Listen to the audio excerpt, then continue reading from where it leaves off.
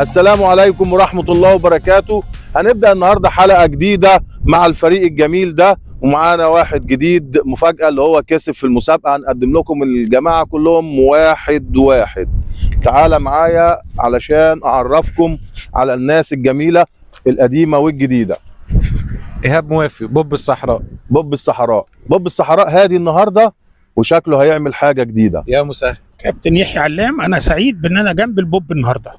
طب هو التصوير حضرتك كابتن يحيى علام ولا سعيد؟ هو اللي اسعد عشان معاكم. واسعد كمان عشان معاكم. ماشي. كابتن يحيى علام دكتوراه في الحياة البرية، وهو راجل معلوماته قيمة جدا. ودكتور أشرف عبد الخالق. دكتور أشرف عبد الخالق دكتور في علوم الأراضي. ما شاء الله عليك، دكتور جيولوجي ومتخصص. سامي عيد مصمم جرافيك برضو؟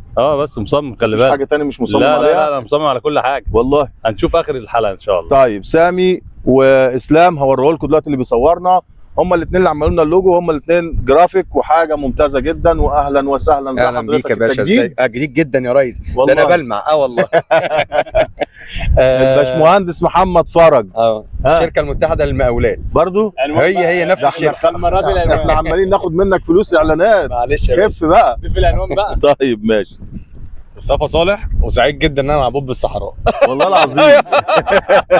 وحشتوني جدا يا جماعة والله. بص الحمد لله رب العالمين. يعني مصطفى صالح عشان تعرف تتكلم معاه وتقدمه صح لازم تعمل كده. وانا ممكن اعمل كده برضه.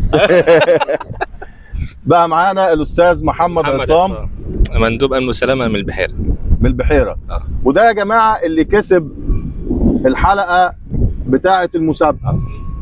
وفي معانا حد تاني بنوجه له النداء، هو اسمه ايه؟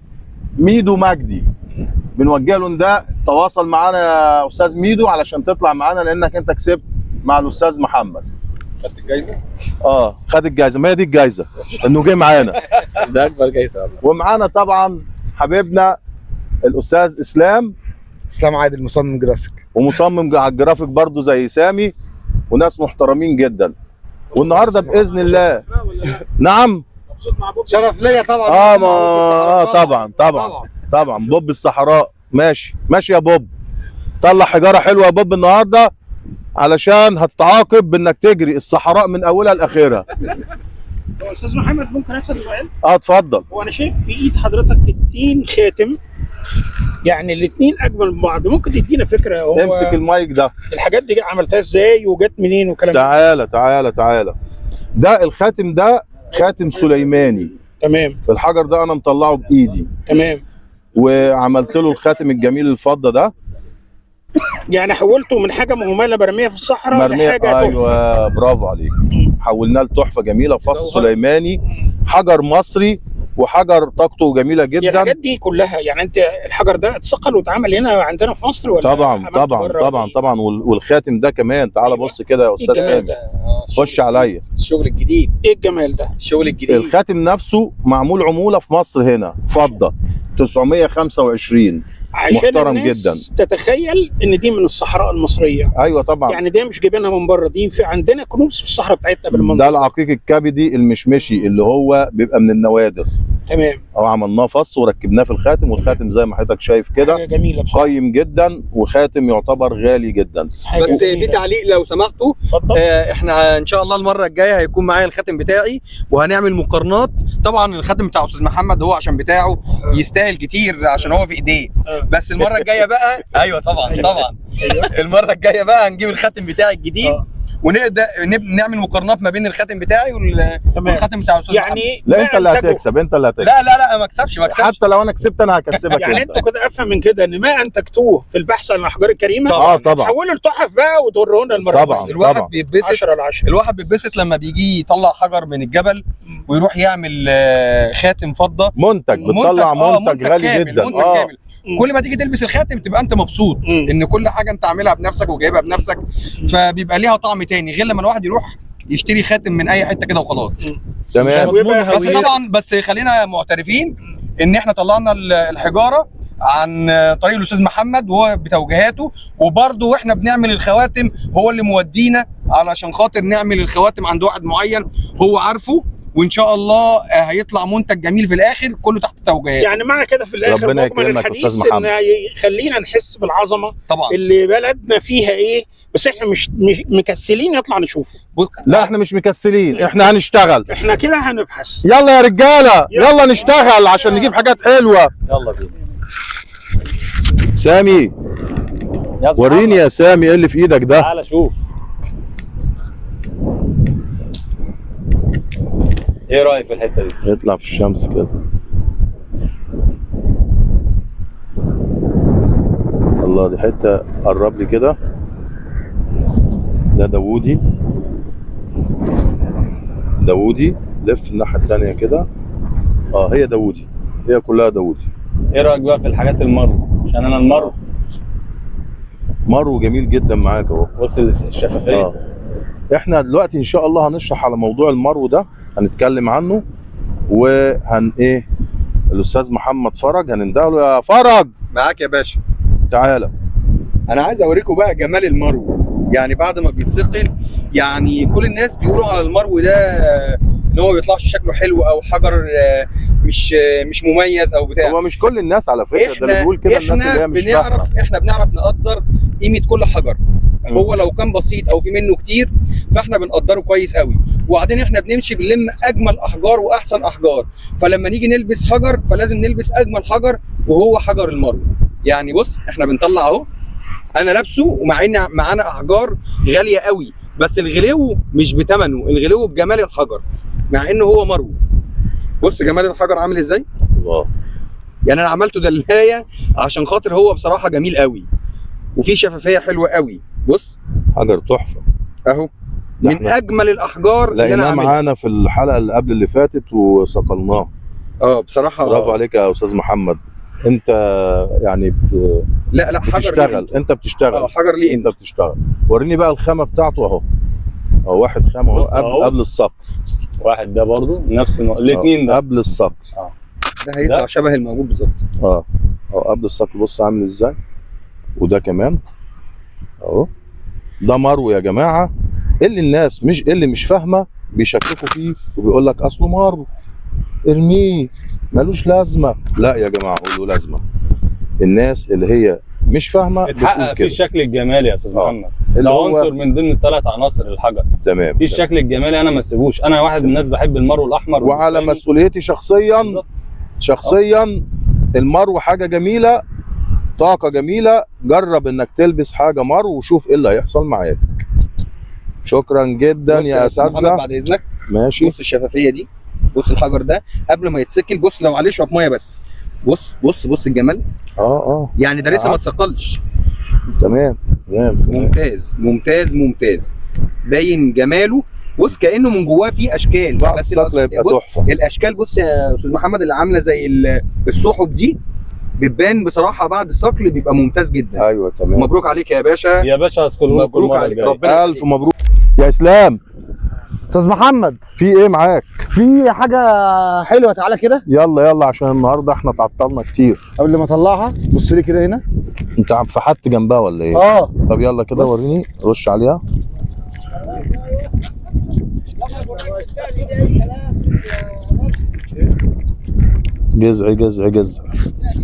جزع وفيها حته داوودي. نزل عشان يعني خلي ايدك تحت كده على الشمس. في الشمس. الله عليك يا اسلام. الله عليك. اقلب بقى. اقلبها وانت ثابت في نفس المكان. الله على الجذوع. جميله.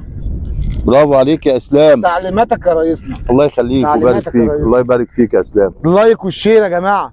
لايك والشير. ايوه صحيح. بيه كل حلقه في نص الحلقه بتعملوه. ماشي يا اسلام. شكرا يا اسلام. تعالى يا اسلام. ايه يا استاذ؟ خش عليا. تعالى شوف دي. رش لي عليها يا سامي شويه. اهي يا جماعه الحجر السليماني الممتاز ده اللي يطلع منه فص تحفه. حتى العين الداوودي باينه عليها اهي. واخد شويه داوودي من فوق ومن تحت من هنا واخد سليماني اهو. ايه نظامه ده؟ حجر جميل جدا. مصطفى صالح بيقول ايه نظامه. يلا يا رجاله. حاجه جميله جدا. انا اللي لاقيه على فكره. على فكره انا اللي لاقيه. هو اللي لاقيه. يلا. استاذ محمد عصام. بص كده يا استاذ محمد. ايوه وريني. استاذ محمد عصام اللي هو فاز في المسابقه، الوافد الجديد. ايوه، وفاز في المسابقه انه يطلع معانا الرحله. انت منين حضرتك يا استاذ محمد؟ البحيره يا أستاذ محمد. من البحيره. استاذ محمد جايب حته كرنيلي. تعالى يا استاذ اسلام خش علينا. حته كرنيلي مزخرفه جميله، عليها زخرف جميله اهي. اهي متعلم من حضرتك يا استاذ محمد والله. وهو جاب حاجات يعني برضو ما صورناهاش مر، وان شاء الله نمسكه كده ونصور معاه برضو. ان شاء الله يا استاذ محمد. ماشي يا محمد بيه. ماشي. ماشي شكرا جدا. خد الكرنيلي بتاعك اهو. ركز على الشكل ده. الشكل ده والداوودي والسليماني والحاجات اللي احنا وريناها لك لما جبناها. تمام يا استاذ محمد. يلا ماشي، برافو عليك. المايك. السلام عليكم. بصوا بقى، احنا دلوقتي هنجيب لكم القلب الطيب بجد، بس هو عشان وقته صعب ما بيجيش معانا كتير، بس فعلا لما بيجي كلنا بنتبسط. الاستاذ مصطفى صالح معاه الرجل الصالح. لا بجد يلا والله يلا. العظيم بجد لما بيجي معانا والله قلبي بيضحك، لان انا بتبسط منه جدا. لان هو انسان قلبه طيب جدا على فكره. جدا جدا جدا. ايوه انا بحبه. وبصراحه من الناس اللي عندهم عطاء. أنا يعني لما بتيجي تلاقي حد يقف جنبك او يبقى عايز يديك حاجه بيديلك بقلب طيب. لا يبقى برضا يعني. بص انا ببقى نازل معاه سيدنا الحسين عبد الروح الورش وكده. مصطفى بيبقى ماشي، الناس ساعات بتبقى عايزه تتكلم معايا يعني في الطريق. يعني كده مصطفى بص الاقيه بيحجز عليا، بيحسسني البودي جارد بيخاف عليا. لا بس كده عايز منه ايه؟ لما بيلاقي حد جاي يسلم عليا وبتاع ما بيبقاش عارف ان هو جاي يسلم عليا. ايوه. فتبص تلاقي مصطفى يروح زقه، اقول له يا مصطفى سيب الناس يا مصطفى وكده. ايه يا عم الناس تكرهنا. لا مش كده بس. بص انا عايز اقول لك على حاجه، هو دايما بيبقى عايز يحافظ عليك، الدنيا هناك زحمه. ايوه بيخاف. ده المقصود، ان هو بيبقى عايز يحافظ عليك. ايوه هو مش زي بيبعد عنك الناس لا طبعا مصطفى عشان المشاهدين يفهموا الموضوع صح. مصطفى زي ابني. وريني يا مصطفى. خش يا باشا. لا يا باشا، شفت الحته العطف دي اسمها عطف حجم عائلي. تعالى عشان المايك. هجيب لك ده عطف جبلي. هو من بره جذعي ومن الداخل عطف جبلي. وريني كده. وانت برافو عليك انك بقيت تعرف اسامي الحاجات طبعا، وانت يا باشا قديم. تلاميذك. ربنا يخليك يا رب. ده احنا اللي ننزل اللي يعني يتشاء معاك في الجبل لازم يا عم ده انت اللي لقيت الزبرجد. يا نهار ابيض. اتفضل يا باشا. ده بقى ايه بقى ده؟ ده كرنيلي فاتح. برافو عليك. بتقول معايا اهو. برافو عليك. شاطر. شفاف ولا مش شفاف؟ شفاف وحلو. شفاف يا باشا. دي بقى للاسف كلها مكسوره. ده سليماني مكسر، حاجات مكسره. متكسره ليه؟ لان المحرات كان بيشغل في الارض دي وعايز يعملها مزرعه. عشان يثبت كويسه فما بقتش. برافو عليك يا مصطفى. شاطر. برافو عليك يا مصطفى. اي خدمه. شكرا يا استاذ محمد اللي قدمت لنا الفقره دي. وقبل النهايه انا بقول ان الحلقه الجايه ايوه في مقارنه كبيره ومنتظرينكم. لا ما بين الخاتم بتاعي والخاتم بتاع الاستاذ محمد. خاتم مين اللي يكسب؟ انا مستني المقارنه الاسبوع الجاي. هنتكلم هشوف ونتقابل. هشوف الخاتم بتاعي يطلع احسن. انا لو الخاتم بتاعك طلع احسن انا بنفسي هقول ان الخاتم بتاعك احسن من الخاتم بتاعي. بس هي دي الروح الرياضيه. اهم حاجه بقى الخاتم الفص اللي جواه ايه بقى. ركز قبل ما تركب. أيوة. الفص لا ما هو يا باشا. لا ما الموضوع بيبقى كله على بعضه. ماشي. ان شاء الله هعمل فص هيخطف عيون الناس اللي حوالينا كلهم. خلاص اوكي. كل الناس. ماشي. شكرا والسلام عليكم. تعالوا بقى نشوف الدكتوره سما، دكتوره التجميل. هي فنانه في التجميل وفنانه في الحجاره ما شاء الله. تاني حلقه وبتطلع حاجات جميله. تعالى يا اسلام خش عليا كده. خش على الايد ونشوف الحجر السلطاني. جميل جدا من ورا من قدام. ده حجر سلطاني ودول مرو احمر الثلاثه دول. وده مرو واخد برضو صفرة كده يعني مصفر.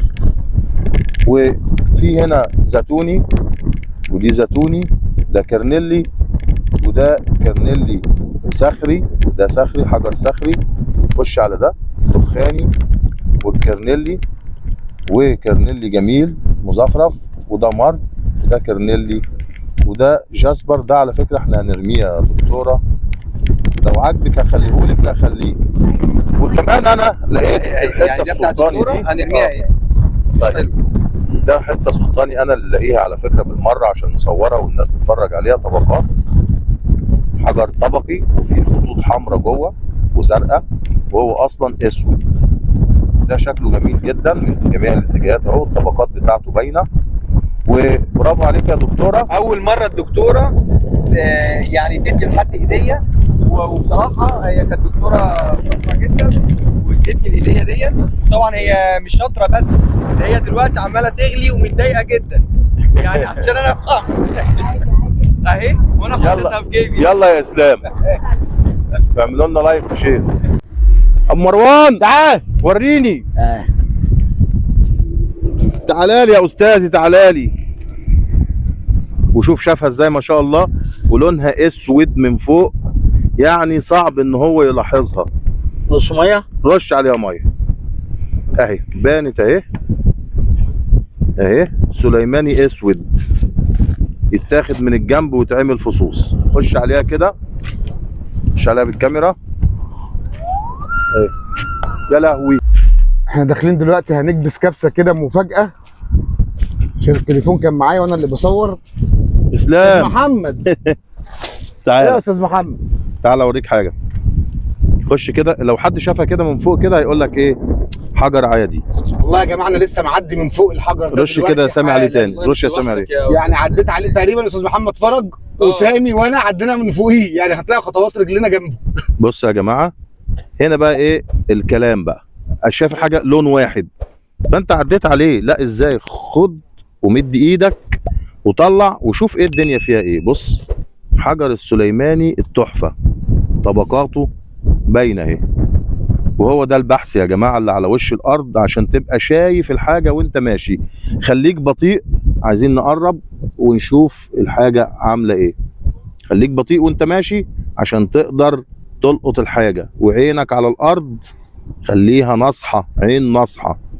يلا الله ينور عليك. شوف سامي لقى حاجه بيرش عليها، انا ملاحظ ان هو بيرش على حاجه هنا. ده عقيق احمر. جميله. طلع وريهاني كده يا سامي، قربها لي. ده عقيق احمر يا جماعه، وهيطلع فص جميل لان هو مقصوص. هو فص اصلا مقصوص. هو هتتثقل بس يلمع يعني، لكن هو جميل بصراحه. يلا يا رجاله. الله ينور يا سامي. ماشي يا استاذ محمد، الله ينور عليك النهارده يا استاذ محمد. دايما بيحسسنا ان هو ماشيين جنبه مش فاهمين حاجه، لكن هو ما شاء الله ما شاء الله عينيه حلوه جدا. الله اكبر. مش لون عينيه، انا ومحمد وسامي والناس كلنا حلوين الحمد لله رب العالمين. هيا بينا. محمد يا فرج، تعالى بس نرخم على بوب الصحراء ونشوف جاب ايه. لا لا لا، انا مش موافق حد يرخم عليا والله، سيبوني في حالي. طلع يا معلم، ابدا طلع والله، ده هربان من الصبح مش عارفين نقفشه. دوانا تعالى كده يا اسلام عشان الشمس. كنوز الصحراء يا ابن الذين يا بوب. بص كنوز بوب، الكنوز. بص بوب جايب ايه؟ بيخبي نفسه. اشتغل في الكرنيلي والجذعي. ده جذع، ده كرنيلي، ده كرنيلي كرنيلي كرنيلي كرنيلي كرنيلي. دخان. ده دخاني ايه يا عم؟ اصبر. تصدق دخاني بس غامق، انا افتكرته زيتوني مدي حته خضار كده.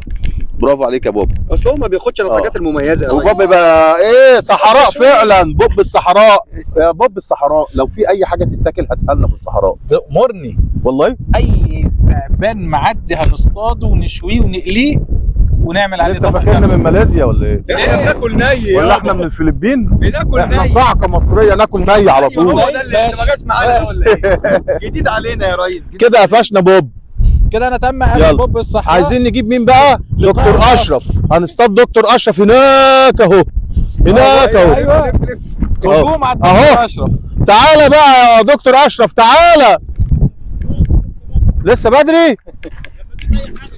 طيب ماشي، يلا اسلام استاذ محمد تعالى لي تعالى لي يا اسلام. نقفش مصطفى اللي هربان النهارده. هو فين مصطفى؟ اهو مصطفى اهو، مفيش. مصطفى صالح الرجل الصالح. حاجات شقاوه يعني من ايام الزمن الجميل. بص عقيق زيتوني، عقيق اخضر، ده دخاني بس ايه، مرو دخاني مش عقيق دخاني. بان في الشمس، تعالى لي كده عشان الشمس. ودي مرو اسود، في ابيض هنا وفي اسود. بص المرو الاسود حاجه تحفه، ده لو الصقل هيطلع فص حاجه جميله جدا. ومعاك طبعا هنا الحته دي حته محمره بس انت مش رشش عليها ميه فعشان كده مش باينه. يا لسه معتمه شويه. معاك حاجه تاني؟ لا يا باشا معانا ربنا. يا استاذ محمد تعال نشوف محمد فرج عمل ايه. تعالى خش على محمد فرج، خش عليا. ايوه تعالى بس بالراحه كده بالراحه، عشان لسه متاخد مننا حجر دلوقتي. اتفرج وسعوا له يا جماعه عشان لا الشمس. بس واحده. ايوه الشمس طب ايدك يا عم. ورش له عليها وخدها. اتفرج بص عامله وسع. ازاي. شمس تعالى كده شوية. هات الشمس. ايوه بص بقى التعريقه بتاعتها. ده قول لي بقى. اخضر زيتوني طبقات، والطبقه باينه فيها. مش حلوه يا جماعه، مش حلوه. بس يا مصطفى يا صالح. مصطفى صالح غيران جدا. تحفه. بص الجمال، والله جميله. والله شكلها حلو. برافو عليك يا محمد يا فرج. محمد فرج على فكره بقى استاذ اهو.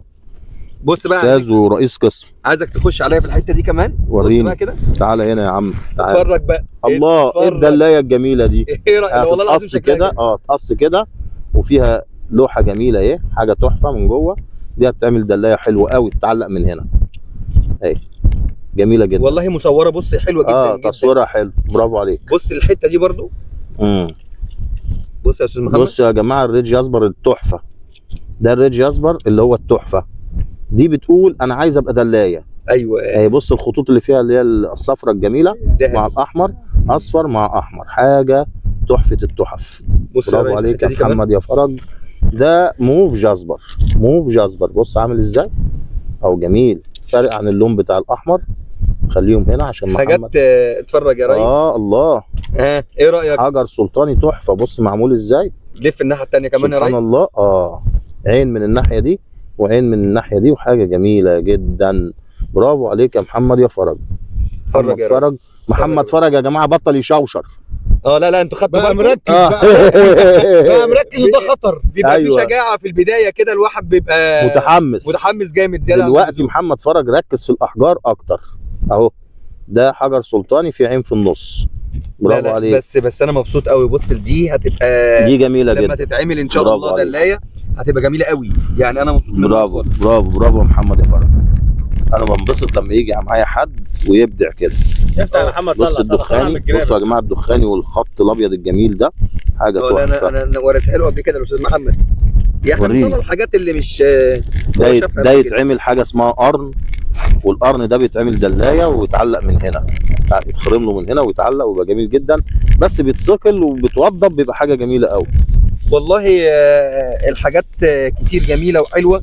تعالى هنا خش لي في الكيس ده كده. الله عليك يا محمد يا فرج. اتفرج يا باشا. بص بقى محمد فرج والابداع بقى. ده حته دخاني ده. فيها عين سليماني اهي فيها عين جميله جدا. بص برافو عليك يا محمد يا فرج. هيبان جمالها ان شاء الله بعد الصقل. دي بعد الصقل تحفه، فيها 3 نقط دم والله اهي. بص دي بعد ما تسكر ان شاء الله. ما احنا مش صور، انت وريتني من شويه وصورناها. لا يا باشا لا دي صورناها. لا مش دي. لا هي صورناها هي. طب هي رزقها حلو. هي رزقها حلو. صورت تاني. هي رزقها حلو اهي.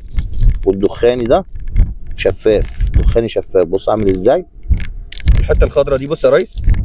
بص الله الدخان الجميله دي. الله جدا. برافو عليك يا محمد يا فرج. دخاني فيها ذهب يا جماعه والله. برافو عليك يا محمد فرج. الله ايه الاخضر الجميل ده. بصوا الخواتم بتاعتي يا جماعه احلى من حاجات محمد. لا يا باشا اتفرج. ده انا لسه انا قلت في اول الحلقه لسه في مفاجاه. بس الحلقه اللي جايه في مفاجاه. الحلقه اللي جايه عشان ما يفضلش كل شويه يفضل يغيظ فيا. دي صورناها. ده السليماني الاحمر. لا يا باشا كانت في حته غيرها. هي ما بنساش حجاره انا. طيب ماشي دي صورناها قبل كده وانت بتلاقيها. طيب بس انت جمعتهم بقى وجايبهم لي كلهم مره واحده. ماشي احنا بنتفرج عشان تكبر سوقك. بنتفرج يا ريس. بنتفرج. ايوه وحته دخاني اهي جميله. اسود قوي. انا النهارده معايا شويه لوح كده بتعامل. الله خش عليا على اللوحه الجميله المصوره دي. معايا شويه لوح كده اهي لوحه مصوره جميله تحفه. يا رب تكون باينه في الكاميرا اهي. برافو عليك يا محمد يا فرج. ان شاء الله بعد الحاجات دي بعد ما تتسكل يلا بينا كلها. يلا بينا نكمل شغلنا. كنوزي الحاجات دي كنوزي. انا ماسكك هقبض عليك اخد منك الكنوز دي. يلا يا باشا. سلام يا باشا. انا يا اسلام هفرجك على حاجه جميله جدا تهم كل الناس. ده حجر مهم جدا انا لقيته النهارده بس ما كانش فيه فرصه نصور. الحجر ده بص جواه كده واخد بالك، وبص هنا وهنا. الحجر ده هيماتايد. الهيماتايد ده زي الحديد بالظبط. بص التقل بتاعه، حد يمسكه شوف التقل تقيل جدا، ده حديد فعلا. الحجر ده لو حديد ايه اللي هيحصل له مع المغناطيس؟ هينجذب. طب احنا هنجرب. ده المغناطيس يا رجاله مش بينجذب. ده هيماتايد. ده ايه الهيماتايد عشان تبقوا عارفينه وعارفين شكله. تقيل جدا تقيل جدا. ودي اشكاله اللي بيجي فيها اهي، بيبقى عامل كده تجمعات زي الحديد بالظبط اهو. ده انا هطلع لكم منه فصوص باذن الله، وهفرجكم على اشكال الفصوص. الاشكال الفصوص بتاعته بتبقى جميله جدا. هنقطعه نعمله فصوص ونفرجكم عليه ان شاء الله الحلقه اللي جايه باذن الله. النهارده يا جماعه عايز اقول لكم ان الطاقه. محمد قبل ما تقول لهم بعد اذنك، احنا في حاجه عايزك تحلها معانا لو سمحت. طب انا عايز اقول ان الطاقه في الجبل معلش يعني يا باشا، بص صور هنا الطاقه في الجبل يا جماعه بتديكوا طاقه يا باشا خلينا في الطاقه بتاعتنا. في طاقه بقى.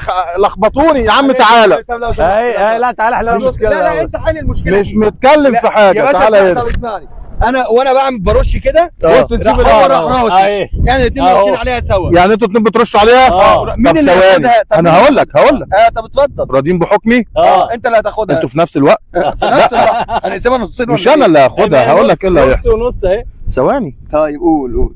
دي حته من المرو اللي هو التحفه. والله نوادر المرو. بصوا يا جماعه نوادر المرو. طب انت هتقعد تغيظنا؟ قول لي. طيب دي جميله جدا، وبنعمل لها خرم من هنا بعد ما نسقلها، وبنحط لها زردة حلقه يعني فضه. حلو. اطلع يا اسلام بالكاميرا كده معايا. اطلع. هنعملها يعني دلايه حلوه جدا. ودي مبروك على بنتي الصغيره. الف مبروك يا مبروك. امسك لجنه. ولا انت ولا هو. اتفضل يا باشا. رضيت هو كده حل المشكله. مبروك عليك يا استاذ. واخدها اهو. ما هحل المشكله. يلا مبروك عليك يا استاذ محمد. سلام عليكم. شكرا يا جماعه. يلا مع السلامه.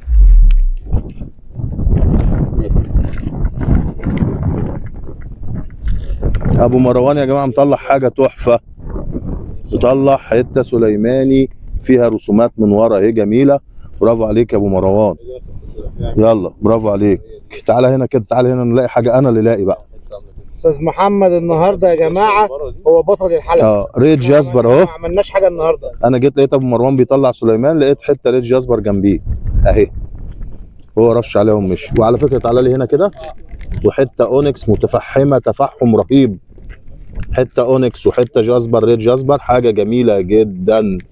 وان شاء الله القناه بتكبر والهوايه بتاعتنا بتكبر. هوايه الملوك. الله ينور عليك. هوايه الملوك. يلا يا اسلام استاذنا تعالى. لقيت لنا ايه بقى؟ فرجنا بقى. اما الاستاذ يجيب سليماني مميزه. اعمل فوكس عليها عشان الناس تشوفها حلو. سليماني مميزه. بسم الله ما شاء الله. هي من ورا تبان انها مش حاجه خالص اهي. اول ما طلعتها وقلبتها بص طلعت طبقات عامله ازاي من الجنب. جميله جدا. وبص العين اللي فيها جميله جدا أي. جدا. تحفه جدا. دي بتاعتي يا استاذ محمد. بتاعتك انت؟ انا كنت حاجز المنطقه دي قبلك والله؟ يا عم كل الحاجات هنا بتاعتك يا استاذ سامي، تحت امرك. حبيبي يا استاذ محمد. ما فيش حاجه تغلى عليك يا باشا. جميله تغلاش جدا عليا. جدا جدا. تغلاش عليك انت يا باشا انا هطلع لك الحتتين اللي جبتهم. ماشي وريني. اهم. يلا اقف كده استنى نشوف سامي. مش احنا جبناهم لسه مصورينهم والله. مصورينهم فين؟ صورناهم مع بعض يعني؟ مصورينهم اهي. لا خلاص بقى، ما احنا صورناهم ورناهم للناس. هنوريهم الجديد بعد شويه. خلاص يلا بينا. يلا. وانا عايز، انا ليا نصيب برضو. معانا الباشمهندس محمد برضو. يعني كله عرض مش معنى احنا يعني. لا طبعا ما يصحش. تعال اتفضل يا هندسه. عملت وشوشه ولا ايه؟ قول له حاجات السر اللي لا ما تشوف الحاجات السر اللي مش هتقولها لنا دي اللي طلعت في المايك دي. لازم نشوفها. هطلع في الكاميرا. لازم نشوفها. ايوه امسك بقى. يا نهار ابيض. طب ممكن نقعد بس ثانيه واحده كده؟ ايوه ممكن نقعد. تعالى يا ريس كده. ايوه تعالى يا ريس كده. طلع يا فرج اللي عندك وورينا. انت مشغول عني ليه؟ يا فرج الله. اتفرج يا ريس. يا فرج الله يا استاذ محمد فرج. ايه رايك؟ ايه ده الجمال ده؟ دخاني جميله والله. الله عليك. ده دخاني. دخاني وفيها 3 نقط دم. مش عارف بقى هيبانوا ولا لا. هو ممكن يطلعوا، بس في برضو ايه، في بص العروق البيضة الجميلة اللي فيها، بص اللفه البيضه دي، بص اللفه اللي فيها. ممكن يتعمل فص تحفة ده او دلاية جميلة. ده دم مين ده يا فرج؟ شكلي ولا شوف بقى، ده دم الاعداء. بص يا ريس والله. بص طب بص فيها خطوط ازاي. بص دي تحفة. جميله جدا. بص العروق اللي فيها عروق ذهبي وعروق خضراء، وفيها يعني لسعة خضران جميلة. اتفرج يا ريس. الله. بص والله فيها شفافية حلوة جدا. ده المرو الشفاف الجميل التحفة، تعمل منه دلاية تحفة. الله على الدخاني، ده العصير الدخاني المذهب اللي جواه ذهب. بص ازاي. كان معايا حته اتفرج كده يا ريس برضو. ده سلطاني، حجر سلطاني تحفه. ده ممكن يتحك على فكره، بيطلع حاجه جميله جدا. الحاجات الدخاني بتطلع بصراحه، انا لما اثقلت الدخاني كانت بتطلع حلو، والسلطاني برضو جميل. تعالى بقى اوريكم حاجه.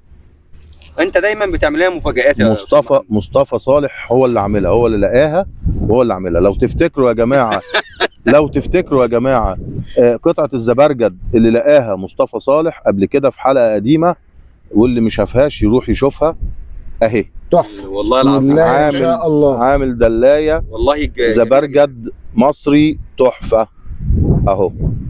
دي مصطفى صالح اللي عاملها، وهو النهارده لابس تيشيرت نفس اللون. ورينا كده التيشيرت بتاعه اهو. بص لابس تيشيرت نفس اللون، جاي يوريها لكم يا جماعه. قطعها من التيشيرت دي ولا ايه؟ ودي اتثقلت على شكل دلايه جميله جدا وتحفه. وده يا جماعه مصطفى صالح. دي طبعا يا جماعه رايحه للدكتوره نور عشان هي كانت طالباها وهي مش معانا النهارده، فبنقول لها تحيه للدكتوره نور. بقول لك دلوقتي يا استاذ محمد احنا بنطلع حاجات كتير قوي حلوه، بس الناس طبعا ما عندهمش خبره، ما يعرفوش الحاجه دي بعد ما بتتسقل بيبقى شكلها ايه. احنا عايزين حضرتك تعمل لنا حلقه كل واحد يجيب الحاجات اللي سقلها، ونبدا ممكن نجيب لقطات من واحنا كانت قبل ما تتسقل او بعد ما تتسقل بيبقى شكلها ازاي. ولكن مش مشكله حتى لو لقطات، احنا عايزين نشوف ان الجبال اللي احنا بنطلعها دي بنطلع نجيب منها شويه الاحجار في الاخر بتطلع جواهر. الجواهر دي عايزين يعني مثلا تعمل لنا نقعد، بس مش في الجبل يعني، عايزين نقعد قاعده كده مع بعضينا وكل واحد يجيب العلبه بتاعته، وتبدا حضرتك توري الناس المجوهرات مش الاحجار، المجوهرات اللي احنا بنطلعها. طب هنروح مكان واخد بالك في كباب وكفته وعلى حسابك. طبعا ده اساسي. انا موافق. خلاص انا موافق. خلاص وانا موافق يا باشا. انت كده اخدت المقلب. يلا لبس الطاقه. يلا بينا، يلا يا استاذ اسلام. ابو مروان هو دلوقتي هنبص على الحاجات بتاعته. ودلوقتي ابو مروان يعتبر من اميز الناس اللي بينقوا احجار، فاحنا كلنا قابضين عليه وعشان نشوف الاحجار اللي جابها. والاستاذ محمد دلوقتي هينزل بالكاميرا ويشوف اجمل احجار طلعت من الجبل النهارده. انا ابو مروان ودي حاجتي. لا يا باشا، ابو مروان اهو هنروح في داهيه. ايه ده؟ يا نهار اسود، ايه يا عم انت يا عم؟ مصطفى صالح اتضح ان هو ابو مروان في الاخر. دي الحاجه بتاعتي. خش يا باشا، اسكت يا مصطفى. خش يا باشا، مروان خش يا حبيبنا باشا. اهو. بص ابو مروان عليك يا ابو مروان من قبل ما اشوف معروف مين ابو مروان. بص يا باشا، عشان قبل ما تيجي تتكلم ابو مروان ليه قاعده بيقول لك نحن نعمل في صمت. بص السليماني، بص التحف، بص العيون التحف. الراجل ده يعني بصراحه مبدع. كده تعمل في صمت من ورايا. ابو مروان احجار كريمه. ابو مروان على التيك توك، تابعوه يا جماعه عشان يستاهل انكم تتابعوه. اخلاق الدنيا كلها واحترافيه في جمع الاحجار، ومن اقدم الناس معايا في الفريق هو الباشمهندس اسامه. ما جاش النهارده، ربنا يعني يديله الصحه، شويه برد كده خفيف.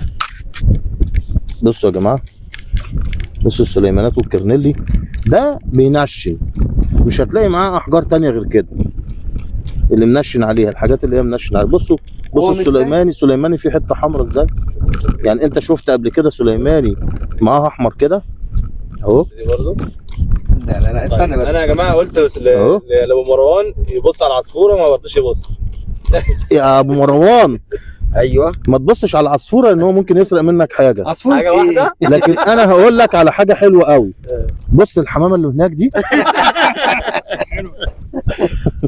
ما حدش بيعرف يضحك عليه على فكره. لا مفيش عصافير هنا. ده بص دي فيها عين، ده بص يعني حتى الحاجه البسيطه اللي هو جايبها فيها عين اهي. ايوه دي اللي وقعت مني. دي اللي وقعت مني صح؟ يعني انا مش عارف اقول اتفرج لكم يا ايه باشا. بصراحه، مش عارف اقول لكم ايه. تقول ايه؟ كرنيلي وسليماني وبس، ولو في حته مرو هتلاقيها تحفه. بص ابو مروان، على فكره ابو مروان اغلب التعليقات في الحلقه اللي فاتت الناس قالت ان ابو مروان يكسب. اشطر واحد فينا، ما ده كان مفيش كلام. مرة اللي هو انا صح؟ ابو مروان اللي هو هنقدر نقول ايوه صح، ابو مروان اللي هو بص يا ريس دي بعد اذنك. بص عشان احطها في الشمس كمان. بص الجمال، والله العظيم فيها بص عروق وطبيعه ازاي. ايوه برافو اتفرج. لا يا باشا لا.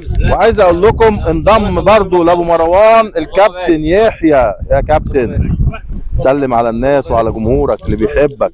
يا مرحبا. حد يدي المايك. حد يا جدعان، في واحد بيسرق ادي المايك، ادي المايك. محمد بيسرق. نعم يا باشا. ادي المايك للعميد. بالك من حاجتك يا ابو مروان. بقول لك. الله ادي المايك انا للكابتن. عايز لا بس ثواني بس، انا عايز انزل اسرق الحته دي. ايوه اتفرج على الحته دي كده. بص الدخان رش يا ريس، الدخان رش يا ريس. الغامق المذهب اللي هو بص عروق الذهب. معرقه ازاي. اتفضل يا باشا. لا ده كده يا حلاوتك في الكرنيلي. امسكها امسكها. بص جايب حته كرنيلي تحفه اهي. اهي بصوا حمرا جدا، وجايب الدخاني الجميل والكوره الدخاني ديت. رش وفي معاه مرو، بص معاه سلطاني. بص ده يا ريس، احجار طبقات جميله جدا خضراء. عامله زي الملح. برافو عليك يا كابتن. كله تعليمك. الله يخليك، ربنا يكرمك يا رب. والسينلايت جايب سينلايت اهيت عليها شويه شوائب هتشال وتتنضف. ودي بالنسبه وده لي حجر جميله. سلطاني. دي جميله. جميل التاني. بص كده يا باشا. ده داوودي يا باشا. على الداوودي. داوودي على الداوودي. بسم الله ما شاء الله، الله اكبر عليك يا كابتن. الله يخليك. كابتن بص عينيه بقت عين صقر. ما شاء الله ما شاء الله. ده احنا لازم نرجع للحجر اللي صورناه، وده مرو احمر عنكبوتي. يد جميله. الله ما شاء الله. ايه ده جميل. ده ما لسه الداوودي. بنقول بقى، هو لسه كان بيقول مصطفى لنا صالح يا جماعه اللي هو النهارده شغلته يجي لكل واحد يقول له الله اكبر ما شاء الله. على فكره بص وحته داوودي لسه كمان. الحته دي كمان حلوه جدا. داوودي كمان اهي، حته داوودي. الحته دي كان عارف قال لي ايه؟ قال لي بعد التصوير اديها لك اهي. مين ده اللي قال؟ حضرتك انت قلت انا كده. هو اللي قال لي على فكره. انا كده. يا باشا يا عم ما يغلاش لا، عليك بس ثواني. كلهم. لا بس ثواني هو بص ثواني بس كده، يا عم قال له كده. يا عم بس ثواني يا عم ثواني. وراني بس الاول. اهي وراني. اتفرج اهي. الله اكبر ما شاء الله. هو قال لي بعد التصوير هديها لك. يا طب سلام. وراني فأنا كده بس وريني. الحجاره كلها ليك. ربنا يبارك. بص دي الاجمل كمان. بص يا باشا. بص دي على الاجمل فكره كمان. على فكره الكابتن قبل التصوير قال لي انت هيدي لي دي عشان انا ايه عرفته على الحجاره. يمشي يا عم الحاج، انا اللي هاخدها. كلنا طمعانين فيك. بص دي كمان. انا اللي خدتها على فكره. بص دي كمان. لا دي حلوه قوي. حاجه جميله هسقلها دي دي كمان. واخليها تحفه على شكلها ده، خليها كده وهرجعها عشان تاني للكابتن. نسقلها له ونرجعها للكابتن. ودول الله اكبر عليك يا كابتن. الله اكبر. شوف كده. اهي دي والله صدقني يا خطفتها كابتن يعني؟ يا كابتن. يعني اجمل هديه منك ليا النهارده. ربنا يخليك. متشكرين. ربنا يخليك. انت ربنا يا ريس. يخليك. انت اللي هتدي مش انا اللي هاخد. الله يخليك. انت عارف ربنا يخليك يعني خليك قاعد هنا على طول. مش ايوه عشان هتيجي نقعد معانا. نلعب على طول. بص يا جماعه دي. حلوه. شوف الجزوع اللي فيها. جزء حلو ما شاء الله عليك. الله اكبر. الكابتن يا جماعه جايب تحف، والله جايب تحف. دي كويسه. برافو عليك يا كابتن. دي كويسه. دي برافو كمان. عليك يا كابتن. استاذ محمد يا عشان حماد بس ما حضرتك ما تقولش اللي حضرتك بتطلع لوحدك من الحته دي. والله برضو في حاجات مستخبيه احنا بنعرف نشوفها. عايزك وريني. بقى تيجي تبص كده. استنى كده. اتفرج. ما ترشش عليها، ما ترشش عليها. استنى طيب اهي خش عليها السنة. هي مستخبيه تحت الحجر ده بس انا نشوف ما جايبه. نرش بقى ونشوف. رش كده. الله اكبر. برافو عليك يا وفي محمد. حته جنبها كمان جميله. بصوا يا جماعه، بالرغم من انها مستخبيه تحت حجر هو ماشي، بس هو شافها من زاويه. هو لو جه من الزاويه دي ما كانش شافها، بس هو واخد زاويه بطيئه، دخل عليها شافها من الزاويه دي وهي تحت الحجر. بص تحت الحجر، هنخلعها كده. دي جميله، لونها حلو. ده برتقاني اصلا. هنشوف ايه البرتقاني اللي طلع لنا النهارده. دي حته عقيق برتقاني من العقيق اللي بيبقى نادر في لونه. عايزك عقيق تبص هنا بقى. برتقاني. انزل لي كده يا استاذ اسلام عليه كده عشان يبقى باين قدام الناس. حلو قوي، جميل، عقيق برتقاني تحفه. مش بس كده يا ريس، تمام. اتفرج بقى هنا كمان. في حته تاني، تعالى كده لا، يا لا، اسلام. لا، لا. الله الله، إيه انت رأيك؟ شفتها دلوقتي تلاقيك. لا والله وانا لسه بناديك، بس والله؟ كانت عامله ازاي. ده حته سليماني احمر. تصدق محمد فرج مرزق مره لقى السليماني الاسود جابه وجاب لنا السليماني الاحمر. ايه رايك؟ خشوا يا والله رجاله. أروقة حلوة. والله اروقه حلوه ما شاء الله. عقيق سليماني احمر جميله جدا. دي من النوادر. وافهموا يا اللي بتفهموا العقيق السليماني الاحمر. برافو عليك. تعالى في على الشمس فكرة عشان بعد ما تبان. تتسكل والله بتبقى لونها ما هو باين خالص باين من رشه الميه. عن رش الميه يعني. يعني بعد ما بتتسكل بتبقى جميله قوي. حاجه تمام، تحفه. السلام عليكم ورحمه الله وبركاته. وصلنا لنهايه حلقتنا، والناس الجميله اللي معانا النهارده ماشيين ورايا هم. وطبعا في محمد فرج بيشاور لكم، مصطفى صالح واسلام عادل والدكتوره سما ورا باينه بس هي ما بتظهرش في الفيديوهات.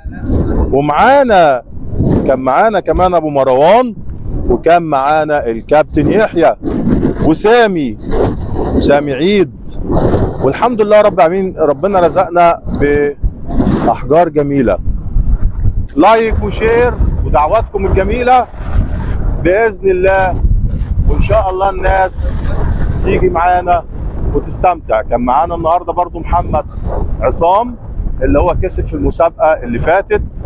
وان شاء الله انا بقول لكل الناس اللي هم كسبوا في المسابقه يتابعوني، يتواصلوا معايا، يتواصلوا مع فريق الاعداد عشان يقدروا يجوا معانا الرحله اللي جايه. شكرا. والسلام عليكم ورحمه الله وبركاته.